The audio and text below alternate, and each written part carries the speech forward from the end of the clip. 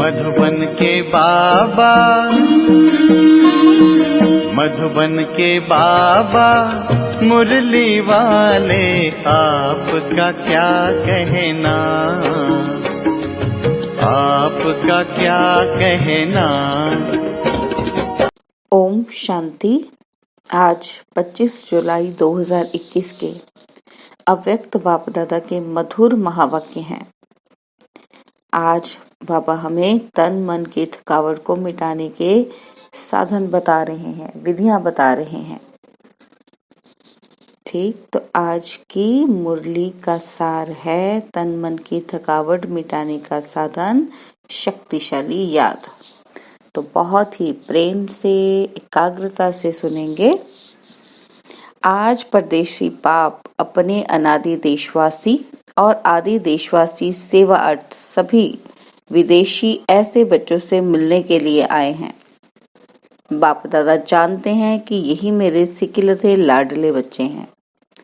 अनादि देश परम धाम के निवासी हैं और साथ साथ सृष्टि के आदि के इसी भारत भूमि में जब सत्युगी स्वदेश था, अपना राज्य था जिसको सभी भारत कहते हैं, तो आदि में इसी भारत देश वासी थे।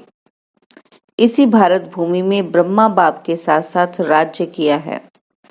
अनेक जन्म अपने राज्य में सुख शांति संपन्न अनेक जीवन व्यतीत किए हैं। इसलिए आदि देशवासी होने के कारण भारत भूमि से दिल का स्नेह है। बाबा कहते चाहे कितना भी अभी अंत में भारत गरीब व धूल मिट्टी वाला बन गया है, फिर भी अपना देश तो अपना ही होता है। तो आप सभी की आत्मा का अपना देश और शरीरधारी देवता जीवन का अपना देश कौन सा था? आत्मा का देश कौन सा है? शांति धाम। और शरीरधारी देवता सतयुग में कहाँ राज्य करते हैं? भारत में। तो बाबा कहते भारत ही था ना। कितने जन्म भारत भूमि में रहे हो वह याद है? बाबा कहते याद है कितने जन्म रहे हो? बाबा ने कहा कि 21 जन्मों का वर्षा सभी ने बाप से प्राप्त कर लिया है, इसलिए 21 जन्म की तो गारंटी है ही है। बाद में भी हर एक आत्मा का कई जन्म भारत भूमि में ही हुए हैं, क्योंकि जो ब्रह्मा बाप के समीप आत्माएं हैं, समान बनने वाली आत्माएं हैं, वह ब्रह्मा बाप के साथ साथ आपे ही पूज्य, आपे ही पुजारी का पाठ भी साथ में बजाती हैं। जो ब्रह्मा बाप के साथ की आत्माएं हैं तो वो क्या करेंगे? उनके साथ ही पाठ बजाएंगी। तो पहले पहले जो पूज्य बनेंगे तो पुजारी भी वही पहले बनेंगे। तो बाबा कहते आप ही हो। द्वापर युग के पहले भक्त आप ब्राह्मण आत्माएं बनती हो। भक्त कौन बनेंगे पहले? हम ही नीचे गिरेंगे पहले। बाबा कहते आदि स्वर्ग में इसी देश के वासी थे और अनेक बार भारत भूमि के देशवासी हो। इसलिए ब्राह्मणों के अलौकिक संसार मधुबन से अति प्यार है। यह मधुबन ब्राह्मणों का छोटा सा संसार है, तो यह संसार बहुत अच्छा लगता है ना। यहाँ से जाने को दिल ही नहीं होती है ना। होता है ना ऐसे, जब मधुबन जाते तो मन ही नहीं होता कि वहां से वापस आ जाए। बाबा कहते अगर अभी अभी ऑर्डर कर लें कि मधुबन निवासी बन जाओ तो खुश होंगे ना हम ना। अब अगर हमें कोई कह दे कि आप यहीं रहोगे तो कितनी खुशी होगी हमें। बाबा कहते वो ये संकल्प आएगा कि सेवा कौन करेगा। खुशी होगी कि ये सोचेंगे मधुबन में सेवा करनी पड़ेगी। बाबा कहते सेवा के लिए तो जाना ही चाहिए। बाप दादा कहे बैठ जाओ, फिर भी सेवा याद आएगी। सोचो अगर हमें बाप दादा कहें कि यहीं रहो, बैठ जाओ, तो क्या होगा? हमको सेवा याद आएगी कि वहां बैठना अच्छा लगेगा। बाबा कहते अच्छा सेवा कराने वाला कौन है? कौन है निमित्त सेवा कराने वाला? जो बाप का डायरेक्शन हो, श्रीमत हो, उसको उसी रूप में पालन करना, इसको कहते हैं सच्चा आज्ञाकारी बच्चा। माना अगर आज्ञा मिली कि यहीं रहो तो यहीं, अगर आज्ञा मिली सेवा करो तो सेवा, अगर आज्ञा मिली ये कार्य करना है तो कब वही करना है। तो बाबा कहते कि जो भी श्रीमत हो, बाप ने जो भी श्रीमत दी है उसको उसी रूप में पालन करना, अपनी उसमें कुछ मिक्सचैरिटी नहीं करनी। बाबा कहते उसको सच्चा आज्ञाकारी बच्चा कहने हैं। बाप दादा जानते हैं मधुबन में बिठाना है व सेवा पर भेजना है। बाबा को पता है कि इस बच्चे से क्या काम करवाना है। बाबा कहते ब्राह्मण बच्चों को हर बात में एवर रेडी रहना है, क्वेश्चन नहीं करना क्या क्यों वाई वाई। बाबा कहते अभी अभी जो डायरेक्शन मिले उसमें एवर रेडी रहना है, हमेशा तैयार। जी बाबा। बाबा कहते संकल्प मात्र भी मनमत मिक्स ना हो, इसको कहते हैं श्रीमत पर चलने वाली श्रेष्ठ आत्मा। बाबा कहते ये तो जानते हो ना कि सेवा के जिम्मेदार बाप दादा हैं, बाबा ही है ना। बाबा तो हमको सिर्फ यूज कर रहे, निमित्त बना रहा है। बाबा कहते सेवा का जिम्मेदार कौन है, बाप दादा कि आप हो। बाबा कहते इस जिम्मेदारी से तो आप हल्के हो ना, कि जिम्मेदारी का थोड़ा थोड़ा बोझ है। बाबा हम बच्चों से पूछ रहे हैं कि बोझ समझते हो। बाबा कहते कई बार हम कहते कि इतना बड़ा प्रोग्राम करना है, ये करना है, बोझ तो नहीं समझते हो। सेवा प्रोग्राम चलते रहते हैं, बाबा कहते इसको बोझ तो नहीं समझते हो। करावनहार करा रहा है, करावनहार एक ही बाप है, किसी की भी बुद्धि को टच कर विश्व सेवा का कार्य कराते रहे हैं और कराते रहेंगे। कराने वाला कौन, परमपिता परमात्मा। बाबा कहते वो मैं करता आ रहा हूँ। किसको बुद्धि टच करनी है, किससे क्या काम करवाना है, ये सब बाबा का ही है। हम तो सिर्फ निमित्त बन के आगे खड़े हो जाते हैं। बाबा कहते हैं पाने वाले बच्चे हैं, बाप को पाना नहीं है। सेवा का जो भी फल मिलेगा, प्रारब्ध मिलेगा, उसकी प्राप्ति करने वाले कौन है, बच्चे हैं, बाप ने नहीं प्राप्ति करनी। बाबा कहते हैं प्रारब्ध पाना व सेवा का फल अनुभव होना यह आत्माओं का काम है, परमात्मा का काम नहीं, उसने नहीं प्रारब्ध लेना। बाबा कहते इसलिए निमित्त बच्चों को बनाते हैं। साकार रूप में भी सेवा कराने का कार्य देखा और अभी अव्यक्त रूप में भी करावनहार बाप अव्यक्त ब्रह्मा द्वारा कैसे सेवा करा रहा है यह भी देख रहे हो। कहते ना जब ब्रह्मा बाबा थे तो कहते थे हाँ हाँ इनके गुरु हैं, अब ये चले जाएंगे तो फिर देखेंगे इनका क्या होता है। तो बाबा कहते देखो साकार में भी ब्रह्मा थे, तब भी मैं सेवा करवा रहा था, जब अव्यक्त हुए तब भी सेवाएं चल रही हैं। तो बाबा कहते आपने देखा है ना।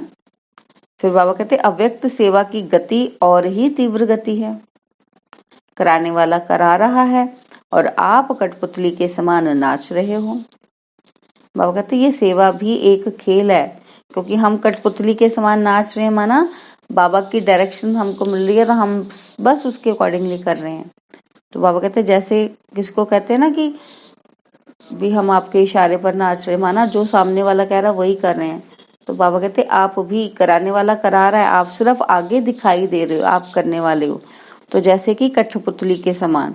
तो बाबा कहते कठपुतली तो एक खेल होती है, तो कराने वाला करा रहा है और आप निमित्त बन एकदम एक कदम का पदम गुणा प्रारब्ध बना रहे हो। तो बोझ किसके ऊपर है, किसके ऊपर बोझ है, पूरी की पूरी रिस्पॉन्सिबिलिटी किसके ऊपर है, कराने वाले पर या करने वाले पर।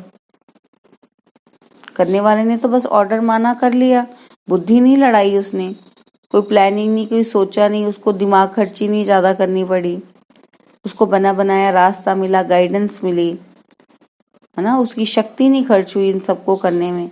तो बाबा कहते कौन है, किस पर है सारा बोझ। बाप तो जानते हैं यह भी बोझ नहीं है। आप बोझ कहते हो तो बाप भी बोझ शब्द कहते हैं। बाबा कहते ये बोझ नहीं है, ये शब्दावली तो मैंने किस लिए इस्तेमाल की, क्योंकि बच्चे ये इस्तेमाल करते हैं। बाप के लिए तो सब हुआ ही पड़ा है, हमें लगता है कि हमने करना है, होना है, लेकिन बाबा को तो पता ही है कि ये तो हुआ ही पड़ा है, जस्ट हमको आगे जाना है, वो सीन आना है सामने। बाबा कहते बाप के लिए तो सब हुआ ही पड़ा है, सिर्फ जैसे लकीर खींची जाती है। लकीर खींचना बड़ी बात लगती है क्या, बाबा कहते हैं ये तो सिर्फ ऐसे जैसे लकीर खींचनी है, लकीर खींचना कोई बड़ी बात है? तो ऐसे बाप दादा सेवा कराते हैं। सेवा भी इतनी सहज है जैसे एक लकीर खींचना। रिपीट कर रहे हैं, निमित्त खेल कर रहे हैं। ठीक, बाबा कहते हैं जैसे एक लकीर खींचना है, मतलब जिस पर कोई भी मेहनत नहीं लगती। बाबा कहते हैं आप बच्चे तो जैसे निमित्त होकर खेल रहे हो। जैसे माया का विघ्न खेल है तो सेवा भी मेहनत नहीं लेकिन खेल है। जैसे माया खेल है वैसे सेवा भी खेल है। बाबा कहते हैं ऐसा समझने से सेवा में सदा ही रिफ्रेशमेंट अनुभव करेंगे। अगर सेवा को बोझ समझेंगे तो थकावट महसूस करेंगे। अगर खेल समझेंगे तो बाबा कहते हैं खेल से क्या होता है, रिफ्रेश हो जाते हैं, तो ऐसा अनुभव करेंगे। जैसे कोई खेल किस लिए करते हैं? थकने के लिए नहीं करते, रिफ्रेश होने के लिए खेल करते हैं। बाबा कहते हैं चाहे कितना भी बड़ा कार्य हो लेकिन ऐसा ही अनुभव करेंगे जैसे खेल करने से रिफ्रेश हो जाते हैं। चाहे कितना भी थकाने वाला खेल हो लेकिन खेल समझने से थकावट नहीं होती, क्योंकि अपने दिल की रुचि से खेल किया जाता है। चाहे खेल में कितना ही हार्ड वर्क करना पड़े लेकिन वह भी मनोरंजन लगता है, क्योंकि अपनी दिल से करते हो। और कोई लौकिक कार्य बोझ मिसल होता है, निर्वाह अर्थ करना ही पड़ेगा, ड्यूटी समझकर करते हैं, इसलिए मेहनत लगती है। चाहे शारीरिक मेहनत का चाहे बुद्धि की मेहनत का काम है, लेकिन ड्यूटी समझ करने से थकावट अनुभव करेंगे, क्योंकि वह दिल की खुशी से नहीं करते। जो अपने मन के उमंग से खुशी से कार्य किया जाता है उसमें थकावट नहीं होती, बोझ अनुभव नहीं होता। तो बाबा कहते कहाँ कहाँ बच्चों के ऊपर सेवा के हिसाब से ज्यादा कार्य भी आ जाता है, इसलिए भी कभी कभी थकावट फील होती है। कई बार सेवा कार्य बहुत आ जाते हैं तो बाबा कहते फिर कंटिन्यूसली जब शरीर को यूज करते हैं तो थकावट महसूस करते हैं। तो बाबा कहते हैं बाप दादा देखते हैं कि कई बच्चे अथक बंद सेवा करने के उमंग उत्साह में भी रहते हैं, फिर भी हिम्मत रख आगे बढ़ रहे हैं। यह देख बाप दादा हर्षित भी होते हैं। फिर भी सदा बुद्धि को हल्का जरूर रखो।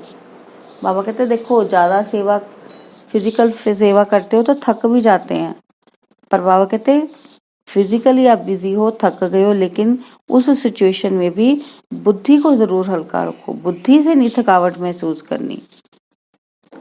तो बाबा ने कहा कि बाप दादा बच्चों के सब प्लान प्रोग्राम वतन में बैठे भी देखते रहते हैं। हर एक बच्चे की याद और सेवा का रिकॉर्ड बाप दादा के पास हर समय का रहता है। जैसे आपकी दुनिया में रिकॉर्ड रखने के कई साधन हैं, बाप के पास साइंस के साधनों से भी रिफाइंड साधन है, स्वतः ही कार्य करते रहते। जैसे साइंस के साधन जो भी कार्य करते वह लाइट के आधार से करते। सूक्ष्म वतन तो है ही लाइट का, साकार वतन की लाइट के साधन फिर भी प्रकृति के साधन हैं, लेकिन अव्यक्त वतन के साधन प्रकृति के नहीं है। और प्रकृति बदलती है, सतो रजो तमो में परिवर्तन होती है। इस समय तो है ही तमोगुणी प्रकृति, इसलिए ये साधन आज चलेंगे कल नहीं चलेंगे। लेकिन अव्यक्त वतन के साधन प्रकृति से परे हैं, इसलिए वह परिवर्तन में नहीं आते। जब चाहो जैसे चाहो सूक्ष्म साधन सदा ही अपना कार्य करते रहते हैं।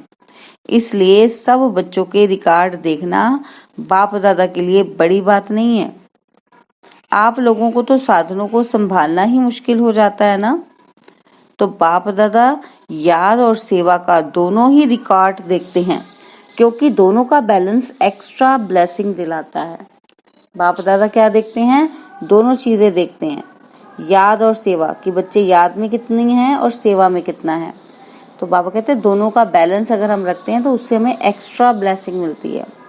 जैसे सेवा के लिए समय निकालते हो तो उसमें कभी नियम से भी ज्यादा लगा देते हो। सेवा में समय लगाना बहुत अच्छी बात है और सेवा का बल भी मिलता है। सेवा में बिजी होने के कारण छोटी छोटी बातों से बच भी जाते हो, क्योंकि सेवा में मन बिजी रहता है तो और व्यर्थ बातों में ध्यान ही नहीं जाता। बाप दादा बच्चों की सेवा पर बहुत खुश हैं, हिम्मत पर बलिहार जाते हैं, लेकिन जो सेवा याद में उन्नति में थोड़ी भी रुकावट करने के निमित्त होती है, तो ऐसी सेवा के समय को कम करना चाहिए। जैसे रात्रि को जागते हो 12 व 1 बजा देते हो तो अमृत वेला फ्रेश नहीं होगा। बैठते हो तो नियम प्रमाण, और अमृत वेला शक्तिशाली नहीं तो सारे दिन की याद और सेवा में अंतर पड़ जाता है। मानो सेवा के प्लान बनाने में व सेवा को प्रैक्टिकल लाने में समय भी लगता है। तो रात के समय को कट करके 12 के बदले 11 बजे सो जाओ। बाबा कहते वही 1 घंटा जो कम किया और शरीर को रेस्ट दी तो अमृत वेला अच्छा रहेगा, बुद्धि भी फ्रेश रहेगी। नहीं तो दिल खाती है कि सेवा तो कर रहे हैं, लेकिन याद का चार्ट जितना होना चाहिए उतना नहीं है। जो संकल्प दिल में व मन में बार बार आता है कि ये ऐसा होना चाहिए लेकिन हो नहीं रहा है, तो उस संकल्प के कारण बुद्धि भी फ्रेश नहीं होती। होता है ना कि हम ये करना चाहते हैं, वो काम ही नहीं हो रहा, तो हम फ्रस्ट्रेटेड हो जाते हैं।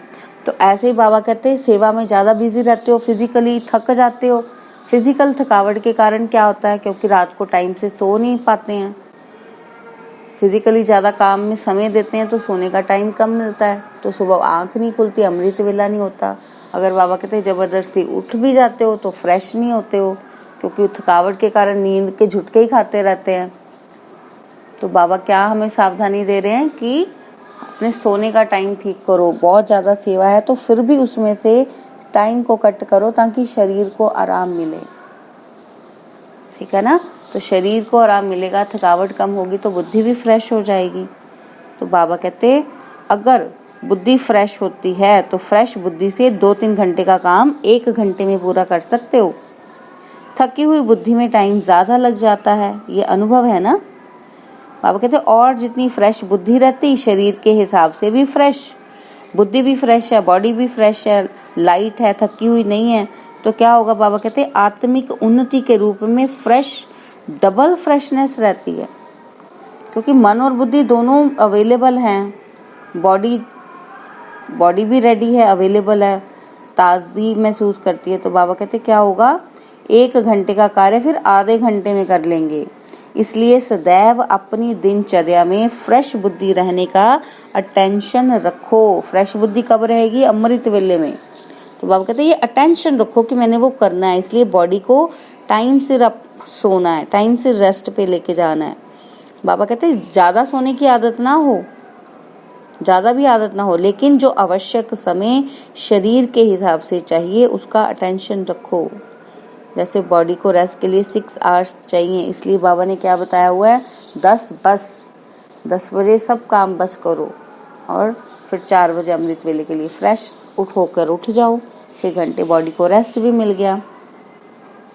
तो बाबा कहते कभी कभी कोई सेवा का चांस होता है, मास 2 मास में 2-4 बार देरी हो गई, ये दूसरी बात है, लेकिन अगर नियमित रूप से शरीर थका हुआ होगा तो याद में फर्क पड़ेगा। अगर रेगुलर ऐसे हम हो जाएंगे, इरेगुलरिटी आ जाएगी सोने में, उठने में, तो बाबा कहते क्या होगा, फर्क पड़ जाएगा। जैसे सेवा का प्रोग्राम बनाते हो, 4 घंटे का समय निकालना है तो निकाल लेते हो, ऐसे याद का समय भी निश्चित निकालना ही। देखो ये बाबा की समझानी है, जैसे हम फिजिकल काम के लिए अपने निकालते हैं कि इस काम को इतना टाइम लगेगा, ये निकालना ही निकालना है, तो बाबा कहते हैं योग का समय भी पक्का करो कि वो निकालना ही निकालना है। बाबा कहते हैं इसको भी आवश्यक समझ इस विधि से अपना प्रोग्राम बनाओ। सुस्ती नहीं हो, लेकिन शरीर को रेस्ट देना है। इस विधि से चलो, क्योंकि दिन प्रतिदिन सेवा का तो और ही तीव्र गति से आगे बढ़ने का समय आता जा रहा है। बाबा कहते सेवा बढ़ जाएगी, फिर कैसे करोगे। आप समझते हो अच्छा यह 1 वर्ष का कार्य पूरा हो जाएगा, फिर रेस्ट कर लेंगे, ठीक कर लेंगे, याद को फिर और ज़्यादा बढ़ा लेंगे। कहते हैं ना चलो ये आजकल सेवा का काम इतना चल रहा है, टाइम ही नहीं मिलता, कोई बात नहीं, ये अब जो ख़त्म होएगा तब हम बनाएंगे दोबारा से प्रोग्राम। बाबा कहते हैं लेकिन सेवा के कार्य तो दिन प्रतिदिन नए से नए और बड़े से बड़े होने हैं, नए करने हैं, तो इट मीन्स प्लानिंग पार्ट बहुत होगा, मेंटली हम बहुत ज़्यादा बिजी रहेंगे, ठीक है, एडमिनिस्ट्रेशन में टाइम लगेगा, बाबा कहते हैं बड़े से बड़े प्रोग्राम, जितना बड़ा प्रोग्राम होगा, जितनी बड़ी गैदरिंग होगी, जितने बड़े बड़े VIPs के लिए होगा, उसके लिए उतना उसका प्लानिंग पार्ट बहुत इंपॉर्टेंट होगा, उसका एग्जीक्यूशन पार्ट बहुत इंपॉर्टेंट होगा। फिजिकली जब वो प्रोग्राम होंगे तो बहुत ज़्यादा भाई बहनों का साथ चाहिए, ऑर्गेनाइज उसको करना पड़ेगा। तो बाबा कहते हैं बहुत बड़े स्केल की सेवा होगी, तो फिर कैसे करोगे आप? तो आप तो सेवा में बिजी हो जाओगे, तो जिस सेवा को करने की पावर याद से मिलनी है उसका टाइम कट जाएगा। तो आपको पावर हाउस से भी नहीं कनेक्ट रहोगे तो कैसे होगा? सबसे बड़ा कोई प्रोग्राम करते हैं तो सबसे पहले हम जनरेटर का अरेंजमेंट देखते हैं कि अगर बीच प्रोग्राम में कहीं लाइट चलेगी तो, क्योंकि सारी की सारी सिस्टम, इलेक्ट्रॉनिक सिस्टम से हम काम करते हैं, साधन सारे इलेक्ट्रॉनिक हैं, तो इसलिए पावर हाउस का हम ध्यान रखते हैं कि ये जनरेटर की सुविधा उपलब्ध हो, इतनी देर हमारा प्रोग्राम चलना है। तो ऐसे ही हम जो सेवा करते हैं तो हमारा पावर हाउस योग, हमें पावर किससे मिलनी है? योग से मिलनी है। तो पावर हाउस से कनेक्शन अगर हमारा कट जाएगा तो हम कैसे जनरेट करेंगे वो पावर? जनरेटर से नहीं, अरेंजमेंट में रहेंगे तो, है ना। तो बाबा कहते हैं कि बच्चे कहते हैं 1 वर्ष पूरा हो जाएगा फिर रेस्ट कर लेंगे, ठीक कर लेंगे, याद को और बढ़ा लेंगे। बाबा कहते हैं नहीं, ये तो दिन प्रतिदिन नए बड़े से बड़े प्रोग्राम होने हैं, इसलिए सदा बैलेंस रखो, अमृत वेले फ्रेश हो, फिर वही काम सारे दिन में समय प्रमाण करो तो बाप की ब्लेसिंग भी एक्स्ट्रा मिलेगी और बुद्धि भी फ्रेश होने के कारण बहुत जल्दी और सफलतापूर्वक कार्य कर सकेगी। समझा? तो बाबा ने इसमें अमृत वेले की बहुत इंपॉर्टेंस दी है। बाप दादा देख रहे हैं, क्या देख रहे हैं? कि बच्चों में उमंग बहुत है, इसलिए शरीर का भी नहीं सोचते, सेवा में ही लगे रहते हैं। उमंग उत्साह से आगे बढ़ रहे हैं। आगे बढ़ाना बाप को अच्छा लगता है, फिर भी बैलेंस आवश्यक चाहिए। बाबा कहते हैं बैलेंस चाहिए, भल करते रहते हो, चलते रहते हो, लेकिन कभी कभी जैसे बहुत काम होता है तो बहुत काम में एक तो बुद्धि की थकावट होने के कारण जितना चाहते उतना कर नहीं पाते, और दूसरा बहुत काम होने के कारण थोड़ा सा भी किसी द्वारा थोड़ी हलचल होगी तो थकावट के कारण चिड़चिड़ापन हो जाता है। देखो ऐसे ही होता है ना, जब हम फिजिकली बहुत एक्सर्ट हो जाते हैं, थक जाते हैं, तो और काम हमें अगर बोला जाता है तो हम क्या करते हैं? इरिटेट हो जाते हैं। थकावट के कारण कोई सही तरीके से नहीं कर पाता तो हम इरिटेट होते हैं, ये अपना काम ही नहीं अच्छे से कर रहा, इतना काम है। तो बाबा कहते हैं कि फिजिकली और मेंटली हमें फ्रेश होना है, फिजिकली शरीर को रेस्ट देना है, इसलिए नींद भी, रेस्ट भी ज़रूरी है और बुद्धि का फ्रेश होना भी। जैसे फिजिकली नींद से बुद्धि फ्रेश हो जाती है, ऐसे बाबा कहते हैं सेवा कार्य नए नए होने हैं, बढ़ने हैं, तो कैसे बुद्धि फ्रेश होएगी? बाप की याद से। तो बाप की याद जितनी स्ट्रॉन्ग होएगी, फिजिकली थकावट भी कम होगी। तो बाबा ने इसके बैलेंस के लिए कह रहे, बाबा कहते तो हलचल हो जाएगी, थकावट के कारण चिड़चिड़ापन आ जाएगा, चिड़चिड़ापन आने से क्या होगा? खुशी कम हो जाती है। वैसे अंदर ठीक रहते हो, सेवा का बल भी मिल रहा है, खुशी भी मिल रही है, फिर भी शरीर तो पुराना है ना, इसलिए टू मच में नहीं जाओ। देखो बाबा ने आज क्लियरली कहा है कि टू मच नहीं होना चाहिए, किसी चीज का बैलेंस रखना है। बाबा कहते हैं याद के चार्ट पर थकावट का असर नहीं होना चाहिए। जितना सेवा में बिजी रहते हो, भले कितना भी बिजी रहो, लेकिन थकावट मिटाने का विशेष साधन, देखो अब बाबा ने क्या दिया है, थकावट मिटाने का विशेष साधन, हर घंटे व 2 घंटे में 1 मिनट भी शक्तिशाली याद का अवश्य निकालो। ये देखो बहुत पुरानी मुरली है, तो बाबा ने दिया है हमें, तो हम करते हैं ना। अब ट्रैफिक कंट्रोल कितनी अच्छी विधि है, ट्रैफिक कंट्रोल का गीत अपने आप बजता है तो फिर हमें एकदम से याद आता नहीं, फिर हम बाबा की याद में बैठते हैं 2-3 मिनट। बाबा कहते हैं जैसे कोई शरीर में कमजोर होता है तो शरीर को शक्ति देने के लिए डॉक्टर्स 2-2 घंटे बाद ताकत की दवाई पीने के लिए देते हैं। टाइम निकाल दवाई पीनी पड़ती है ना, तो बीच बीच में 1 मिनट भी अगर शक्तिशाली याद का निकालो तो उसमें ABC सब विटामिन आ जाएंगे, ठीक है ना। बाबा कहते हैं जैसे डॉक्टर बोलते हैं कि मल्टीविटामिन का ये सिरप है, ये दवाई है, ये आपको 2-2 घंटे के बाद डोज लेनी है, तो ऐसे ही बाबा कहते हैं आपको याद की डोज लेनी है। तो इसमें वो मल्टीविटामिन है, तो इसमें सब विटामिन आ जाएंगे। बाबा कहते सुनाया था ना कि शक्तिशाली याद सदा क्यों नहीं रहती, क्योंकि जितनी ज्यादा शक्तिशाली याद होगी उतनी थकावट कम होगी। तो बाबा कहते अब थकावट कम हो तो याद क्यों नहीं रहती है। जब है ही बाप के और बाप आपका सर्व संबंध है, दिल का स्नेह है, नॉलेजफुल हो, प्राप्ति के अनुभवी हो, फिर भी शक्तिशाली याद सदा क्यों नहीं रहती, उसका कारण क्या। बाबा पूछते हैं कि प्यार भी है, संबंध भी जोड़ा हुआ है, ज्ञान भी है, उसकी एक्सपीरियंस भी है, अनुभव भी किया हुआ है। बाबा कहते फिर भी सदा नहीं रहती है, क्या कारण है। अपनी याद का लिंक नहीं रखते हैं, ये कारण है। बाबा कहते लिंक टूटता है, इसलिए फिर जोड़ने में समय भी लगता है, मेहनत भी लगती है और शक्तिशाली के बजाय कमजोर हो जाते। बाबा कहते विस्मृति तो हो नहीं सकती, भूल तो नहीं सकती, याद रहती है, लेकिन सदा शक्तिशाली याद स्वतः रहे, अपने आप वही रहे, इसके लिए लिंक टूटना नहीं चाहिए। बाबा ने कहा कि हर समय बुद्धि में याद का लिंक जुटा रहे, उसकी विधि ये है। अब बाबा दूसरी विधि बता रहे हैं। बाबा कहते हैं ये भी आवश्यक समझो, ये भी इम्पोर्टेंट है, इसको भी जरूरी समझना है। क्या है। बाबा कहते हैं जैसे वह काम समझते हो कि आवश्यक है, यह प्लान पूरा करके ही उठना है, इसलिए समय भी देते हो, एनर्जी भी लगाते हो। बाबा कहते वैसे यह भी आवश्यक है, इनको पीछे नहीं करो कि ये काम पहले पूरा करके फिर याद कर लेंगे, नहीं। बाबा ने विधि में क्या कहा, इसका समय अपने प्रोग्राम में पहले ऐड करो। जैसे हर चीज की प्लानिंग करते हो ना, तो याद की भी प्लानिंग करो। बाबा कहते ये भी प्रोग्राम में ऐड होना चाहिए, रूटीन में शामिल होना चाहिए, टाइम टेबल में होना चाहिए। जैसे सेवा के प्लान के लिए 2 घंटे का टाइम फिक्स करते हो, चाहे मीटिंग करते हो, चाहे प्रैक्टिकल करते हो, तो 2 घंटे के साथ साथ यह भी बीच बीच में करना ही है, ये ऐड करो। बाबा कहते जो 1 घंटे में प्लान बनाएंगे वे आधा घंटे में हो जाएगा, करके देखो। क्योंकि याद को बीच में ऐड करेंगे तो उससे क्या होगा, रिफ्रेश हो जाएंगे, बुद्धि रिफ्रेश हो जाएगी। तो रिफ्रेश होने से क्या होगा, हम मोर एक्टिव हो जाएंगे। देखो फिर बाबा आगे क्या कह रहे हैं कि बाबा कहते हैं आप पे ही फ्रेशनेस से अगर 2 बजे आंख खुलती है तो वो दूसरी बात है, लेकिन कार्य के कारण जागना पड़ता है, जबरदस्ती उठना पड़ता है, तो इसका इफेक्ट शरीर पर आता है। इसलिए बैलेंस के ऊपर सदा अटेंशन रखो। बैलेंस नहीं होगा तो गिर जाएंगे, चोट लग जाएगी, नुकसान हो जाएगा। तो इसलिए बाबा कहते हैं हमारा बच्चों का नुकसान ना हो, सेवा और याद का बैलेंस हो।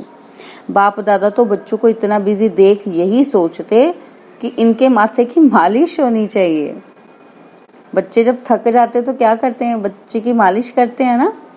तो बाबा भी यही देख रहे, बेचारे इतना थक गए हैं, बिजी हो गए हैं, तो इनकी मालिश होनी चाहिए। लेकिन समय निकालेंगे तो वतन में बाप दादा मालिश भी कर देंगे। बाबा के पास जाएंगे तभी बाबा मालिश करेंगे ना। तो बाबा ऑफर दे रहे हैं। बाबा कहते हैं वह भी अलौकिक होगी मालिश, ऐसे लौकिक मालिश थोड़ी होगी, एकदम फ्रेश हो जाएंगे। 1 सेकंड भी शक्तिशाली याद तन और मन दोनों को फ्रेश कर देती है। देखो बाबा कहते हैं 1 सेकंड की शक्तिशाली याद, यानी कि वो 1 सेकंड मन बुद्धि टोटली अगर बाबा में चली गई तो वो हमें क्या कर देगी, फ्रेश कर देगी। बाप के वतन में आ जाओ। बाबा कहते हैं मेरे पास आ जाओ, जो संकल्प करेंगे वो पूरा हो जाएगा। चाहे शरीर की थकावट हो, चाहे दिमाग की, चाहे स्थिति की थकावट हो, चाहे हम फिजिकली उस चीज को नहीं कर पा रहे हो, दिमाग हमारा काम नहीं कर पा रहा सिचुएशन में, या सिचुएशन ऐसी हो गई हमें समझ नहीं आ रहा इसको कैसे हैंडल करें, उसके कारण थक गए हो, तो बाबा कहते हैं बाप तो आई हैं थकावट उतारने। हम अपने ऊपर बोझ लेकर बैठ गए हैं, बाबा तो कहता ये बोझ है ही नहीं है, इसलिए थक जाते हो। बोझ समझते हो कि हैवी है, हैवी उठा नहीं पा रहे हो, ठीक है ना, समर्था नहीं है उसको उठाने की, तो इसलिए बाबा कहते थकते हो। तो मेरे पास आओ, मैं आपकी अलौकिक दिव्य मालिश करूंगा। आज डबल विदेशियों से पर्सनल रू रिहान कर रहे हैं। बाबा कहते कि बहुत अच्छी सेवा की है और करते ही रहना है। सेवा बढ़ना ये ड्रामा अनुसार बना ही हुआ है। बाबा कहते कितना भी आप सोचो अभी तो बहुत हो गया, लेकिन ड्रामा की भावी बनी हुई है, इसलिए सेवा के प्लान्स निकल नहीं हैं और आप सबको निमित्त बंद करना ही है। यह भावी कोई बदल नहीं सकते। बाप चाहे 1 वर्ष सेवा से रेस्ट दे देवे, नहीं बदल सकता। बाबा कहते सेवा से फ्री हो बैठ सकेंगे? जैसे याद ब्राह्मण जीवन की खुराक है, ऐसे सेवा भी जीवन की खुराक है। बाबा कहते आप बच्चे बैठ ही नहीं सकते हो फ्री। बिना खुराक के कभी कोई रह सकता है क्या? लेकिन बैलेंस जरूरी है। इतना भी ज्यादा नहीं करो जो बुद्धि पर बोझ हो, और इतना भी नहीं करो कि अलबेले हो जाओ। बाबा कहते हैं ना बोझ हो ना अलबेलापन हो, इसको कहते हैं बैलेंस। ठीक है, तो बाबा ने बैलेंस भी बता दिया कि ये ना हो कि सेवा ही ना करें, कि बाबा ने कहा रेस्ट करो, अब हम रेस्ट पे हैं। तो बाबा कहते ये ना हो कि रेस्ट करते करते अलबेले हो जाओ, और ये भी ना करो कि मुझे करना है करना है करना है, आप फिजिकली थकते जाओ और याद कर ना पाओ। अच्छा, सदा याद और सेवा के बैलेंस द्वारा बाप की ब्लेसिंग के अधिकारी, सदा बाप के समान डबल लाइट रहने वाले, सदा निरंतर शक्तिशाली याद का लिंक जोड़ने वाले, सदा शरीर और आत्मा को रिफ्रेश रखने वाले, हर कर्म विधि पूर्ण करने वाले, सदा श्रेष्ठ सिद्धि प्राप्त करने वाले, ऐसे श्रेष्ठ समीप बच्चों को बाप दादा का याद प्यार और नमस्ते। हम रूहानी बच्चों की रूहानी बाप दादाजी को दिलवा जान सिकवा प्रेम से नमस्ते। ओम शांति। प्यारे बाबा, मीठे बाबा, मेरे बाबा, शुक्रिया बाबा, शुक्रिया बाबा, शुक्रिया बाबा। और आज बाबा हमको वरदान क्या दे रहे हैं? बाबा कहते हैं कि श्रेष्ठ तकदीर की स्मृति द्वारा अपने समर्थ स्वरूप में रहने वाले सूर्यवंशी पद के अधिकारी भव। श्रेष्ठ तकदीर की स्मृति द्वारा अपने समर्थ स्वरूप में रहने वाले सूर्यवंशी पद के अधिकारी भव। बाबा इसको एक्सप्लेन कर रहे हैं कि बाबा कहते हैं जो अपनी श्रेष्ठ तकदीर को सदा स्मृति में रखते हैं, याद रखते हैं, वह समर्थ स्वरूप में रहते हैं। उन्हें सदा अपनी अनादि असली स्वरूप स्मृति में रहता है। कभी नकली फेस धारण नहीं करते हैं, और कई बार माया नकली गुण और कर्तव्य का स्वरूप बना देती है। किसी को क्रोधी, किसी को लोभी, किसी को दुखी, किसी को अशांत बना देती है, लेकिन असली स्वरूप इन बातों से परे है। जो बच्चे अपने असली स्वरूप में स्थित रहते हैं वह सूर्यवंशी पद के अधिकारी बन जाते हैं। और स्लोगन है, सर्व पर रहम करने वाले बनो तो अहम और वहम समाप्त हो जाएगा। सर्व पर रहम करने वाले बनो तो अहम और वहम समाप्त हो जाएगा। ओम शांति।